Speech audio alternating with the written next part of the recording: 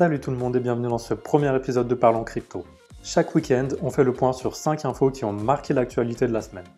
La première info qui a fait énormément parler cette semaine, elle nous vient d'Elon Musk, qu'il est désormais possible d'acheter des voitures Tesla en Bitcoin directement sur son site internet. Alors bien sûr, cette offre est disponible pour l'instant exclusivement pour les États-Unis, mais je pense que Tesla fera tout pour qu'on puisse acheter ses produits directement en Bitcoin partout dans le monde.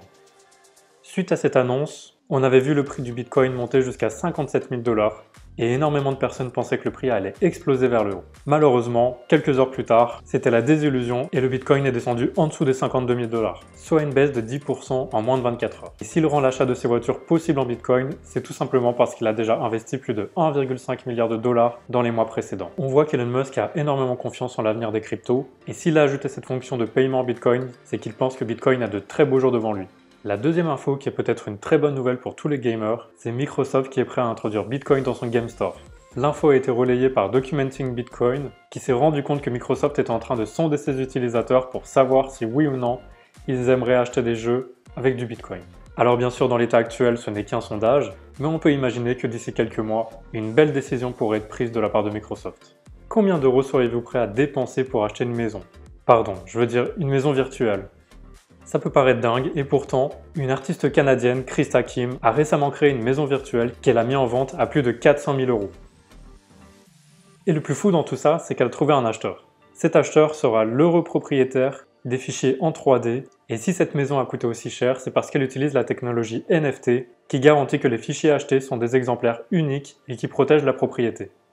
Rendez-vous compte des fichiers 3D qui ont été payés plus de 280 Ethers. C'est juste incroyable, et pour moi, le pire dans tout ça, c'est que l'artiste canadienne qui a créé cette œuvre risque d'être riche dans les prochaines années si elle garde ses Ethers et qu'elle le revend plus tard. Pourquoi pas multiplier ces 400 000 € par 5 ou par 10 minimum? Avec une telle transaction, ça m'étonnerait pas que beaucoup d'entre vous se mettent à la 3D et se mettent à vendre des œuvres NFT. L'actu numéro 4 va en faire rêver plus d'un. C'est l'histoire d'un jeune gamer australien qui décide de mettre tout son argent sur Theta. À l'époque, on est en avril 2020 et le Theta vaut 0,17 centimes. Il décide alors de mettre toutes ses économies dessus, soit 100 000 tokens pour 17 000 $. Un an plus tard, nous sommes en mars 2021 et le cours a atteint les 13 $. Tenez-vous bien, ces 17 000 $ ont été multipliés par 75 et il possède maintenant plus de 1,3 million de $. Un investissement dingue mais qui a payé. Et vous, quelle est la crypto dans laquelle vous avez fait une petite folie pour transformer vos euros en millions d'euros? Et on termine ce top 5 de la semaine avec un malchanceux. Très clairement, la crypto-monnaie est un domaine passionnant et ça peut être un investissement qui vous rapportera énormément d'argent sur le long terme. Malgré tout, il faut faire extrêmement attention à ce que vous faites sur Internet et ne pas tomber dans les arnaques. Des arnaques, il en existe énormément. Je vous rappelle que les crypto-monnaies sont des technologies hyper sécurisées qui nous permettent d'être anonymes mais qui permettent aussi aux voleurs d'être anonymes. C'est pourquoi vérifiez toujours lorsque vous allez sur un site Internet que vous ne soyez pas les deux pieds dans une arnaque.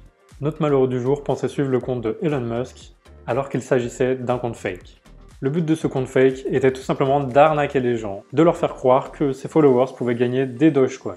Alors cet Allemand de 42 ans s'est empressé d'aller sur le site du concours, qui prévoyait que chaque participant qui versait entre 0,1 Bitcoin et 20 Bitcoin pouvait en recevoir le double à la fin du compte à rebours.